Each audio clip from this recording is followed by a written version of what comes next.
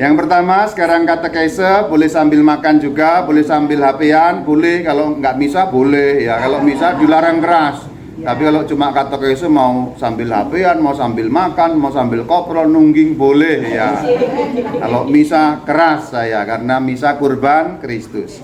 Pertama, katekese mengenai intensi atau mengenai doa pada saat kita mengikuti misa dalam bagian kolekta.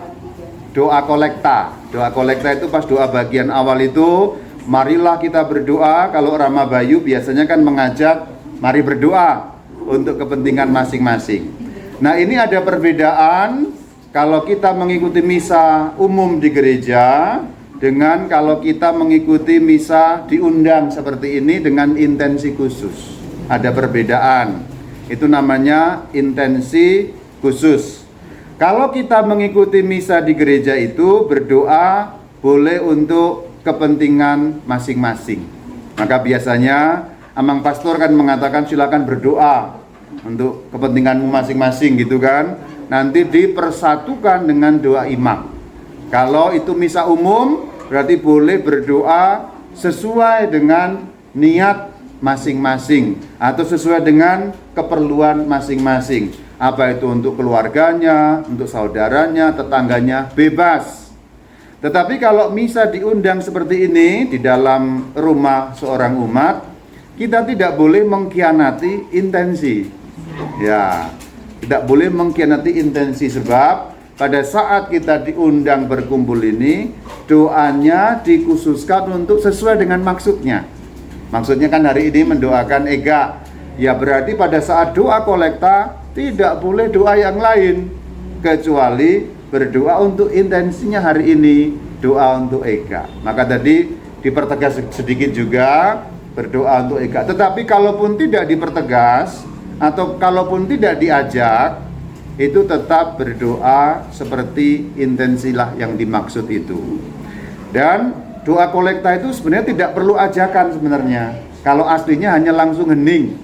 Jadi marilah kita berdoa, langsung hening, mestinya umat udah langsung tahu. Tapi dari pengalaman, kalau heningnya agak lama sedikit, umatnya bingung. Umatnya bingung, itu pastornya ngantuk apa ketiduran gitu. Padahal memberi kesempatan kepada umat untuk berdoa di dalam hatinya. Karena inti dari doa kolekta, ada yang masih ingat? Kalau lupa tetap boleh masuk surga. Yang sudah ingat bagus, kalau yang nggak ingat diingatkan. Inti doa kolekta itu doa imam yang pertama dalam misa.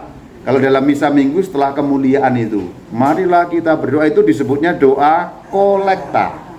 Kolekta itu bahasa Latin, artinya mengumpulkan. Jadi umat harus berdoa masing-masing dalam hati sebab itu dikumpulkan oleh imam secara rohani lalu dinaikkan kepada Tuhan. Jadi imam secara rohani mengumpulkan doa-doa yang dibuat oleh umat itu dinaikkan kepada Tuhan.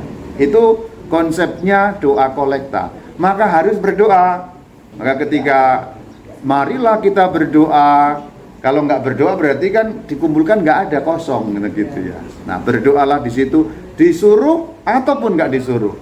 Saya tahu kebanyakan imam tidak menyuruh, tapi memang kalau dalam aturan liturginya memang nggak usah disuruh. Itu karang-karangan saya aja sebenarnya.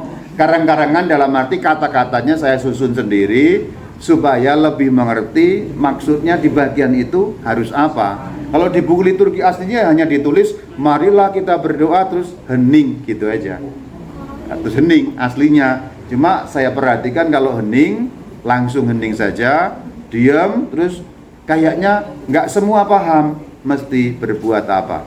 Jadi kebiasaannya mengajak. Nah kuncinya ini bukan hanya untuk Rama Bayu loh ya. Semua imam begitu konsepnya. Maka kalaupun tidak diajak, marilah kita berdoa, langsung tundukkan kepala doa. Pokoknya itu harus refleks sudah langsung begitu. Siapapun imamnya, diajak ataupun tidak. Nah kembali kepada hari ini, kalau untuk intensi umum di gereja masing-masing. Tapi kalau diundang, tidak boleh mengkhianati intensi dari pihak yang mengundang. Tapi seandainya masih keliru, nggak apa-apa, tetap boleh masuk surga.